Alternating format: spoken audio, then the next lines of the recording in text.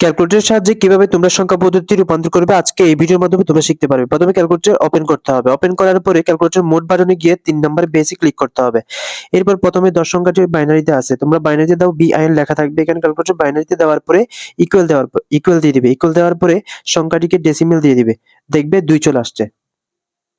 এর পরবর্তী সংখ্যাটি হচ্ছে বাইনারিতে আছে, তোমরা ক্যালকুলেটরে তুলে নাও। প্রথমে মোডে নিয়ে যাও, বাইনারিতে 1111 ইকুয়াল দিয়ে দাও। ইকুয়াল দেওয়ার পরে ডেসিমেলে নিতে হবে, তাহলে ডেসিমেলের ডিইসি দাও, দেওয়ার পরে 15 আসছে। এর পরবর্তী সংখ্যাটি হচ্ছে 12। 12টা দশমিকে আছে, আমরা নিব বাইনারিতে। তাহলে প্রথমে ডেসিমেলের বাইনারিতে নাও, নেওয়ার পরে সেটাকে আমরা নিব বাইনারিতে, বিআইএন এ দাও 1100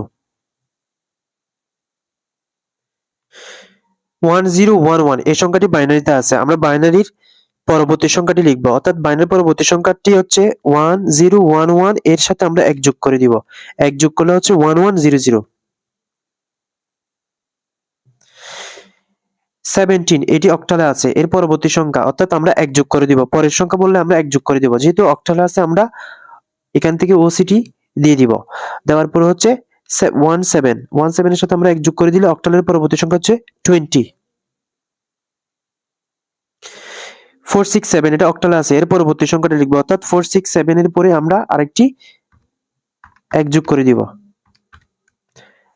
470।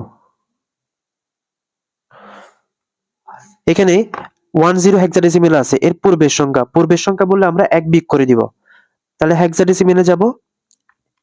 পূর্বের সংখ্যা বললে আমরা 1 বিয়োগ করে দিব, 10 এখানে 1 বিয়োগ করে দিলে এফ। এফ এর পরের সংখ্যা কত, অর্থাৎ এফ এর পরের সংখ্যা বলতে আমরা এফ এর সাথে 1 যোগ করে দিব। এখানে হেক্সাডেসিমেলের মোডে আছে, তাহলে এফ এখান থেকে আমরা এফ দিয়ে এর সাথে 1 যোগ করে দিব। 1 যোগ করে দিলে 10।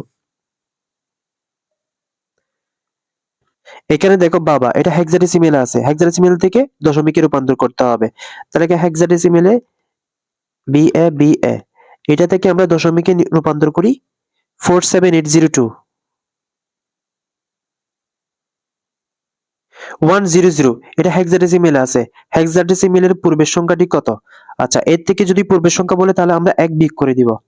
তাহলে হেক্সাডেসিমেলের মোডে নিয়ে যাব, 100 এর থেকে 1 বিয়োগ করে দিব। 1 বিয়োগ করে দিলে হচ্ছে এফএফ। এখানে আমরা একটা বাইনারি যোগ দেখতে পাচ্ছি, 1100 প্লাস 1000। তাহলে আমরা সেটা ক্যালকুলেটরে তুলবো, বাইনারি বিআইএন